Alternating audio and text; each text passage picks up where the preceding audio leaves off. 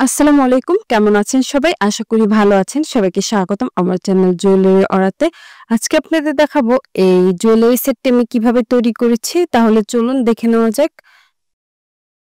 প্রথমেই আমি নিয়ে নিয়েছি ২ টি বোর্ড গোল করে কেটে, তারপর আমি নিয়ে নিয়েছি আমার পছন্দ মতন ফ্যাব্রিক্স। আমি এই ফ্যাব্রিক্সটার উপরে আমার বোর্ডটা রেখে গোল করে কেটে নিচ্ছি। গোল করে কেটে নেওয়া শেষ। তারপর আমি একটি ফ্যাব্রিক গ্লু দিয়ে বোর্ডটার সাথে কাপড়টি ভালোভাবে আটকে নিচ্ছি। আমার কাছে এই কাপড়ের ডিজাইনটি খুবই ভালো লেগেছে। কালার কম্বিনেশনটাও খুবই ভালো লেগেছে। আপনারাও আপনাদের পছন্দ মতন কাপড় দিয়ে এই ধরনের জুয়েলারি তৈরি করতে পারেন। অনেক সময় আমরা দেখা যায় 3 পিস বা বিভিন্ন কাপড়-চোপড় বানাই, তখন আমাদের যে টুকরা কাপড়গুলো বেঁচে যায় সেই কাপড় দিয়েও আমরা এই ধরনের জুয়েলারি তৈরি করতে পারি। এখন আমি পিছনের যেই এ বেসটা তৈরি করব সেটার জন্য আমি এক কালারের যে অংশটুকু আছে সেখান থেকে নিয়েছি। তারপর আমি এটা গোল করে কেটে বেশি করে ফ্যাব্রিক গ্লু দিয়ে ভালোভাবে চেপে আটকে নিচ্ছি। আর অবশ্যই বেশি করে ফ্যাব্রিক গ্লু দিয়ে তারপর আটকে নিবেন। এতে অনেক লং টাইম পর্যন্ত আটকে থাকবে আর কখনো খুলে যাবে না। আর যদি অল্প করে গ্লু দিয়ে আটকান, দেখা যাবে কিছুদিন যেতে না যেতে এটা খুলে যাওয়ার একটা সম্ভাবনা থাকে। আমার ২ টি বেস রেডি করে নেওয়া শেষ। এটা আমি এখন ভালোভাবে শুকিয়ে নিব। তারপর আমি নিয়ে নিচ্ছি একটি সুই। সুই দিয়ে আমি পেছনের যে বেসটা আছে ওখানে আমি একটি হোল করে দিয়েছি। তারপর একটি পুশ দিয়ে আমি আটকে নিচ্ছি। তারপর আমি বেশি করে ফ্যাব্রিক গ্লু দিয়ে উপরের যে বেসটা ওটা আমি ভালোভাবে আটকে দিচ্ছি।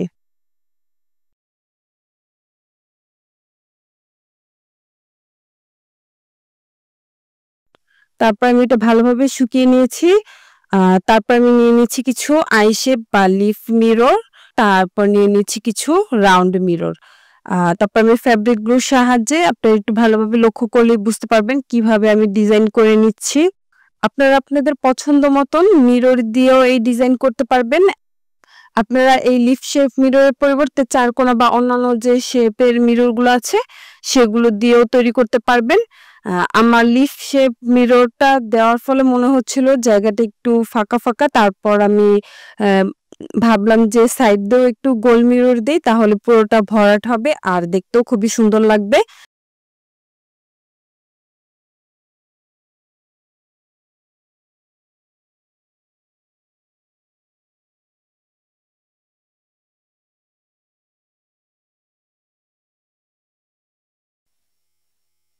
আমার কানের দুলটা বানিয়ে নেওয়া শেষ। অফ ক্যামেরায় আমি আরো একটি কানের দুল বানিয়ে নিয়েছি।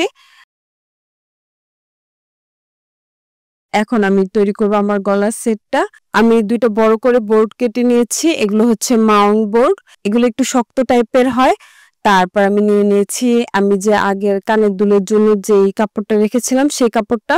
সেখানে একটা বড় ডিজাইনের ছাপা ছিল। আমি ওটা আগে থেকেই ভেবে রেখেছিলাম। এটা দিয়ে আমি আমার গলার সেটটা বানাবো। তারপর আমি এটা গোল করে কেটে বোর্ডটার উপর বেশি করে ফেব্রিক গ্লু দিয়ে আটকে দিচ্ছি। আর অবশ্যই বেশি করে ফেব্রিক গ্লু দিয়ে তারপর আটকে দিবেন। এতে সুন্দরভাবে আটকে থাকবে। আর আপনারা একটু ভিডিওতে ভালোভাবে লক্ষ্য করলে বুঝতে পারবেন আমি কিভাবে চেপে, চেপে তারপর আটকে নিচ্ছি।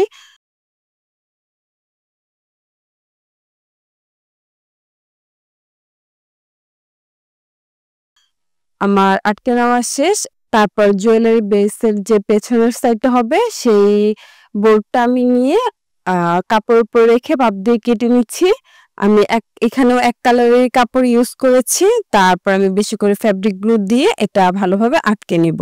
আপনারা ১ম এ অল্প কিছু টাকা ইনভেস্ট করে তারপর জুয়েলারি বিজনেসটা স্টার্ট করবেন। যখন দেখবেন আপনাদের জুয়েলারি গুলো সেল হচ্ছে বা মানুষ অনেক বেশি পছন্দ করছে আপনাদের থেকে অ্যা পারচেজ করছে, তখন আপনারা চাইলে আরো বেশি ইনভেস্ট করতে পারেন। আর ১ম অবস্থায় আমি কাউকে বলব না যে আপনারা অনেক বেশি টাকা ইনভেস্ট করে আপনারা জুয়েলারি সেল করুন। আমার ভালোভাবে চেপে, চেপে আটকে নেওয়া শেষ। তারপর আমি অ্যা আমার জুয়েলারি বেসের যে পেছনের সাইডটা আছে ওখানে আমি বেশি করে ফেব্রিক গ্লু দিয়ে জুয়েলারি বেসের সামনের অংশটা আটকে দিচ্ছি। তারপর আমি আবারও গোল মিরর নিয়ে নিয়েছি আর কিছু পাতা শেপের মিরর নিয়ে নিয়েছি। তারপর আমি আমার পছন্দ মতন আ মিরর গুলো যেখানে বসালে ভালো লাগবে সেখানে আমি বসিয়ে নিচ্ছি। আমার কাছে মনে হচ্ছিল যে এই অংশগুলো একটু নীল ফাঁকা জায়গা আছে মানে ডিজাইন নেই কাপড়টার, সেখানে বসালেই ভালো লাগবে। তাই আমি সেই সব জায়গায় এই মিরর গুলো বসিয়ে দিচ্ছি। আমার কাছে মনে হচ্ছে এখানে বসানোর ফলে ভালো লাগছে।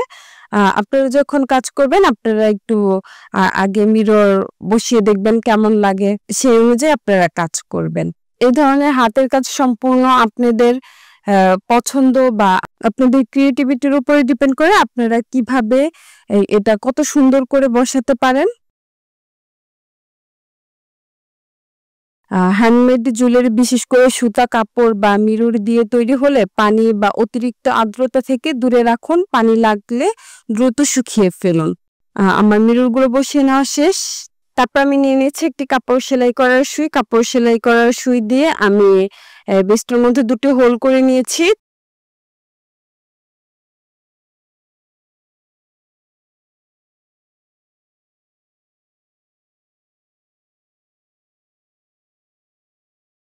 তারপর নিয়ে নিয়েছি কিছু জাম্প রিং।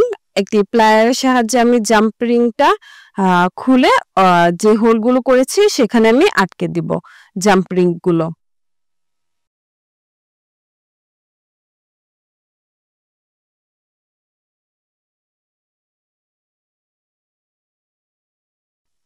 আমার জাম্প রিংগুলো আটকে নেওয়া শেষ।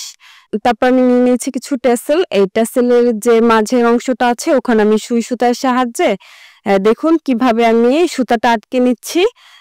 তারপর আমি এখানে কিছু পুঁতি ঢুকাবো।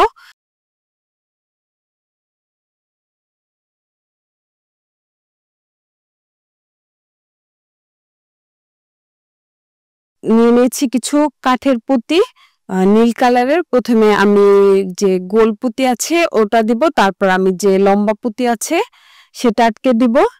বা বিভিন্ন কালারের কটন বল যে পাওয়া যায় চাইলে সেগুলো আটকে নিতে পারেন। আমার কাছে এই কাপড়ের কালারের পুঁতি ছিল, তো আমার কাছে দেখে মনে হচ্ছে এই পুঁতিগুলো দিয়ে এই ট্যাসেলটা আটকালে বেশি সুন্দর লাগবে। আপনাদের ফ্যামিলির মধ্যে অনেকে আছে যারা এই ধরনের জুয়েলারি বানাতে বা পড়তে পছন্দ করে। আপনারা চাইলে তাদের সাথে এই ভিডিওটা শেয়ার করতে পারেন যাতে তারা আমার ভিডিওটা দেখে হ্যান্ডমেড জুয়েলারি তৈরি করা শিখতে পারে। আমার ট্যাসেলের এক সাইড তৈরি করে নেওয়া শেষ। তারপর আমি জাম্পরিং এর মধ্যে আমার সুতাটা আটকে দিয়েছি ট্যাসেলের এক সাইড। তারপর আমি ট্যাসেলের যে অন্য আরেকটা সাইড আছে ওটাও আমি একইভাবে পুঁতি আটকে রেডি করে নিব। আপনারা চাইলে আপনারা এই ধরনের জুয়েলারি দিয়ে ব্যবসা শুরু করতে পারেন। এগুলো এখন অনেক বেশি চলছে আর মানুষ হ্যান্ডমেড জিনিস এখন অনেক বেশি পছন্দ করছে। তো আপনারা অনলাইনে যে প্ল্যাটফর্মগুলো আছে সেখানে আপনারা আপনাদের হ্যান্ডমেড জুয়েলারি গুলো বিক্রি করতে পারবেন। আপনাদের হাতে নাগালে যেসব জিনিসপত্র থাকবে আপনারা চেষ্টা করবেন প্রথম অবস্থায় সেই সব জিনিস দিয়েই জুয়েলারি তৈরি করার।